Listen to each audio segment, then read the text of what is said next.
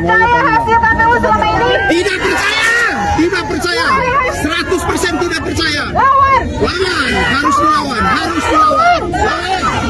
Saya mau nyanyi lagu reformasi 98 karena saya juga aktif di 98 yang datang ke DPR MPR saat itu.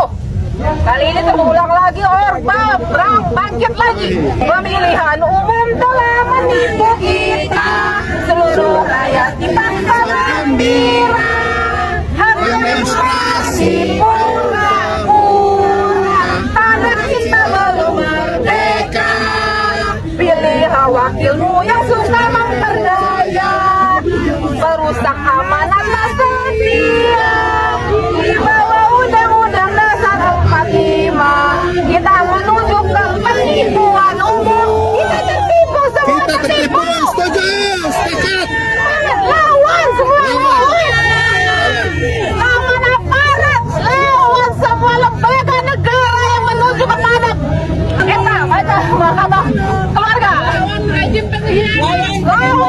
pengkhianat, tidak ada tempat satupun untuk bagi mereka yang melawan rakyat. Lawan tanpa pandang bulu, lawan tanpa bulu semuanya. Lawan pemilu, lawan. Ya, kita merdeka, harus merdeka. Seluruh rakyat harus bisa melawan. Dari Sabang sampai Merauke tidak percaya dengan hasil yang telah ditunjukkan. Presiden menyampaikan bahwa jangan teriak-teriak curang, daftarkan saja ke Bawaslu dan ke Mahkamah Konstitusi, kurang lebih gitu ya. Kita dilarang teriak-teriak curang, tetapi yang lain boleh teriak-teriak sudah menang. Itu masalah menurut saya. Pakai pidato di GBK, kan konon kabarnya ada fasilitas negara di dalam. Nah, bagi saya pernyataan-pernyataan presiden itu menunjukkan tidak berkembangnya presiden dalam berbagai hal. Ya, teman-teman tahulah Pak Presiden itu apa yang diomongkan beda dengan apa yang dilakukan dari sejak jadi gubernur. Jangan dilupakan Pak Presiden itu yang bilang bahwa anak saya tidak berminat dalam ruang politik, masih berdagang, ternyata berdagang politik. Jadi bagi saya ucapan presiden itu menunjukkan presiden tidak tahu hak warga negara dalam perlindungan hak sipil mereka dalam hak sipil dan politik mereka dalam pemilu, sehingga kemudian mengeluarkan pernyataan-pernyataan yang kesannya ya menyederhanakan masalah. Padahal kalau dilihat apa yang kami tampilkan dalam berbagai peta kecurangan pemilu, proses kecurangan terjadi sangat luar biasa dan melibatkan presiden sebagai salah satu pelaku kecurangan. Oke, kembali lagi di channel MD 2045.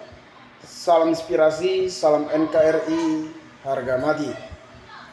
Teman-teman, situasi politik saat ini memang sangat memanas. Apalagi tentang Pilpres pemilu umum pada pemilihan Presiden Republik Indonesia. Tentunya banyak penolakan kemenangan paslon nomor urut 2, yang dimana paslon nomor urut 2 ini adalah Prabowo Gibran yang dicap sebagai pemenang melakukan kecurangan-kecurangan dalam kontestasi Pesta Demokrasi Republik Indonesia. Kalau kita lihat memang perhitungan cepat, memang mereka paling unggul dari dua calon lainnya. Mereka lebih tinggi, mereka meraih kemenangan dalam perhitungan cepat. Tetapi KPU belum bisa memastikan apakah mereka menang dan bahkan melantik di tahun 2024 pada bulan November nanti. Teman-teman mungkin sudah mendengarkan sedikit aksi demo dari saudara-saudara kita, penolakan pemilu atau hasil pemilu adanya kecurangan atau intimidasi di pemilu umum di 2024 ini. Teman, memang ketika orang melakukan kecurangan apalagi memberikan suap merupakan uang untuk memilih salah satu paslon, tentunya itu sudah melanggar secara undang-undang. Karena aturan dalam pemilu tidak diperbolehkan untuk menyuap dan memberikan berupa uang yang seperti yang dikatakan seperti serangan pajar. Teman-teman, kalau kita semisalnya diberi uang untuk memilih salah satu paslon, tentunya kita yang salah ketika kita salah memilih. Ketika kita salah memilih, maka kita akan menikmati selama 5 tahun dalam kepemimpinannya. Oke-oke saja ketika kita pilih memang orang benar-benar untuk menjalankan visi dan misi dan melaksanakan program-program yang dilontarkan semasa kampanye. Banyak orang-orang atau banyak para pemimpin-pemimpin di saat kampanye mereka sangat manis berkata, tetapi ketika menang mereka melupakan apa yang disampaikan, apa yang dilontarkan dalam kampanye di saat meraih atau menarik suara dari masyarakat. Namun nyatanya ketika mereka sudah dilantik, ketika sudah menjabat, maka mereka lupa apa yang dikatakan mereka di saat kampanye tersebut. Nah, ini akan menjadi salah satu penolakan-penolakan yang dilakukan oleh saudara-saudara kita seperti yang ditampilkan video yang kita tonton tadi. Nah, teman-teman, kalau kita lihat memang situasi politik banyak kecurangan atau bahkan keberpihakan Pak Jokowi kepada paslon nomor urut 2. Ya sah-sah saja karena Gibran sebagai wakil dari Prabowo Subianto yang ikut dalam kontestasi Pilpres di 2024 ini. Tetapi Jokowi kan adalah orang nomor 1 di Republik Indonesia sebagai presiden. Namun ya tidak salah sih misalnya masyarakat berasumsi buruk terhadap Pak Jokowi karena Pak Jokowi masih menjabat sebagai presiden. Ya wajar kalau misalnya masyarakat mengkritik atau memberikan saran terhadap Pak Jokowi karena tindakan atau sikap Pak Jokowi yang tidak netral dalam pemilu di tahun 2024 ini sangat terang-terangan sekali. Bahkan sangat transparan. Bahkan beliau juga mengatakan bahwasanya presiden boleh melakukan kampanye bahkan memihak. Memang secara undang-undang bahwasanya presiden boleh memihak dan boleh melakukan kampanye. Tetapi secara individual, secara manusia, bahwasannya masyarakat akan beranggap buruk terhadap Pak Jokowi, apalagi dia masih menjabat sebagai presiden, artinya presiden masih menggunakan fasilitas negara. Memang secara undang-undang bahwasannya presiden boleh kampanye asalkan tidak menggunakan fasilitas negara. Tetapi tidak mungkin seorang presiden tidak menggunakan fasilitas negara karena masih ada ajudannya yang harus ikut mengawal Presiden Republik Indonesia. Nah, tapi ya sudah teman-teman, karena secara perhitungan cepat bahwasannya Prabowo dan Gibran sudah menang.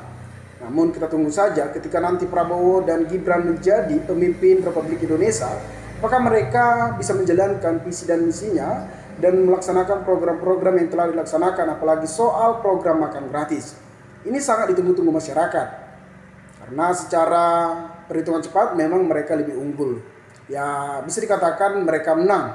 Bahkan bisa dikatakan lebih besar dari paslon dari urut 1 dan urut 3. Apalagi paslon nomor urut 3 sangat kecil. Ya wajar karena banyak kesombongan-kesombongan yang terjadi pada Ganjar Pranowo, teman-teman. Tapi ya kita berikan apresiasi kepada Ganjar karena beliau juga bisa dikatakan sangat berjuang dari sejak awal, dan bahkan Ibu Siti yang melakukan kampanye dan antusias masyarakat juga terhadap Ganjar sangat banyak. Tetapi dalam pemilu umum pada tanggal 14 Februari 2024, di situ herannya ketika suara Ganjar sangat kecil, sangat minim, jauh dari Anies Baswedan, yang dimana Anies Baswedan banyak sekali blunder, apalagi Cak Imin soal BBM yang dinyatakan oleh Cak Imin gratis. Nah, tetapi mereka lebih besar daripada Ganjar Pranowo. Kalau tidak salah, Ganjar Pranowo hanya mencapai 16%, sedangkan Anies 25%. Artinya dari situ lebih terkenal Anies Baswedan. Nah, kalau Prabowo, kalau tidak salah 65%. Artinya ya karena adanya Pak Joko Widodo sebagai pengarahan atau sebagai nomor 1 di Indonesia yang bisa mengarahkan segala aparat. Makanya aparat juga sedang mengkritik sikap Pak Jokowi saat ini. Bahwasannya sikap yang dilakukan oleh Pak Jokowi atau catur-catur atau cawe-cawe Pak Jokowi sangat merusak demokrasi. Nah, teman-teman, kita tidak lupa dengan kinerja Pak Jokowi yang selama 10 tahun memimpin NKRI ini memang sangat terbukti. Tetapi dalam kontes Pilpres di tahun 2024 ini, banyak yang tidak terima, bahkan pro dan kontra terhadap sikap Pak Jokowi. Ya wajar, karena Pak Jokowi adalah orang yang bermain atau sebagai manuver dari Prabowo dan Gibran. Karena power dari Jokowi sangat tinggi. Kalau tidak bergabungnya Jokowi terhadap Prabowo, saya yakin bahwasannya Prabowo tidak mencapai 65%. Karena adanya Jokowi, karena adanya Gibran, bahkan bisa dinyatakan Pak Jokowi lah yang bermain, yang bisa mengarahkan segala masyarakat untuk mendukung Prabowo Gibran. Karena secara fisik Prabowo tidak mampu untuk belusukan melakukan kampanye. Bahkan Jokowi yang banyak melakukan kampanye karena adanya Gibran sebagai anak dari Joko Widodo. Nah, teman-teman mungkin lebih paham, mungkin lebih tahu situasi politik saat ini apakah baik atau tidaknya. Teman-teman mungkin sudah mengetahui, sudah mengenal apa yang terjadi, yang dilakukan, yang yang kita tahu, dan harus apa yang harus kita tindakan untuk menuntaskan kecurangan-kecurangan dalam pemilu di tahun 2024 ini. Nah, teman-teman dimanapun Anda berada, maka berikanlah tanggapan teman-teman di kolom komentar agar kita bisa saling tukar pikiran satu antara lain. Salam inspirasi, salam NKRI, MD 2045,